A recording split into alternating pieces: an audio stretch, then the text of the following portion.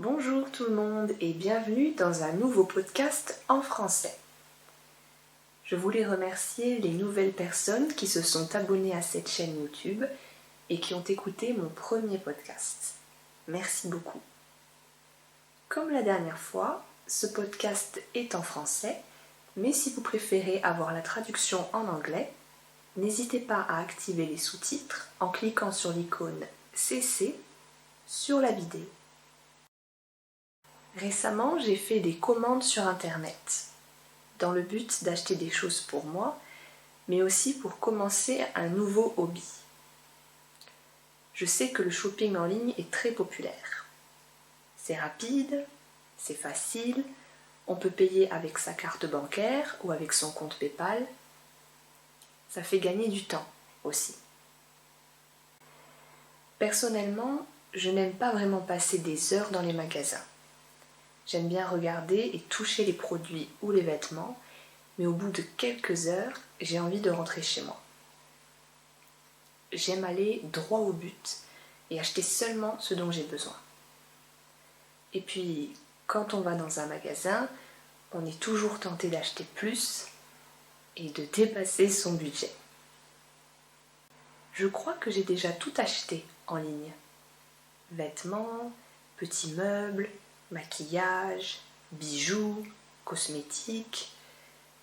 Je n'ai jamais acheté de produits pour animaux car je pense que c'est mieux d'aller directement sur place pour choisir le bon article. Parfois, les frais de port sont vraiment excessifs, surtout si on commande aux États-Unis ou en Asie. L'article n'est pas cher, mais les frais d'envoi dépendent de la distance entre les pays et il y a aussi les taxes qui sont incluses maintenant. Et pour la France, ça a augmenté, alors c'est difficile. J'aime bien prendre le temps de choisir ce que je veux acheter et en ligne, il n'y a pas besoin de faire la queue à la caisse. C'est un gain de temps considérable. Aussi, j'apprécie que les vêtements, par exemple, ne soient pas essayés par plusieurs clients. Je pense aussi aux personnes qui ne peuvent pas prendre la voiture ou qui veulent aller dans des magasins qui sont trop loin ou dans une autre ville. Faire 1 heure de route pour aller dans un seul magasin, c'est dommage. Tandis que si on va sur leur site internet, on a accès à tout. Depuis la pandémie en 2020, je pense que les ventes internet ont explosé leur record. Pour les petites entreprises ou les personnes travaillant à leur compte, les gens qui créent leurs propres marchandises, c'est un gros bénéfice. Les petites entreprises ont pu avoir la chance de faire grimper leurs ventes et de se faire davantage connaître. Ce que j'apprécie dans le shopping sur Internet, c'est qu'on peut aussi aimer des articles et les mettre dans une liste. En général, il suffit de cliquer sur une icône avec un petit cœur pour ne pas oublier l'article sur lequel on a flashé. C'est visuellement mignon et ça donne une touche esthétique au site internet. Le choix des couleurs aussi est très important. Un bon visuel attirera davantage la clientèle et un site internet bien garni et bien travaillé promettra de bons résultats. En théorie. Je sais qu'il y a beaucoup de concurrence et il y a de gros sites qui sont déjà très connus, des grandes enseignes. En ce qui me concerne, quand je cherche quelque chose, j'aime prendre le temps. J'aime chercher sur plusieurs sites, j'aime comparer les prix, j'aime aussi utiliser les codes promo, les réductions. J'ai remarqué que les promotions étaient environ 3 fois par an. Une fois en été, une fois en hiver, souvent pendant la période de Noël, et ensuite de façon aléatoire. Bien que je pense qu'elle fasse partie d'une stratégie marketing, évidemment, pour cibler le bon public au bon moment. Mais j'en profite aussi comme beaucoup d'entre nous. Parfois aussi, il y a de mauvais côtés aux achats en ligne. J'ai déjà perdu un colis ou je pense qu'il a été volé. C'était la semaine avant Noël et j'ai attendu mon colis pendant presque 2 semaines.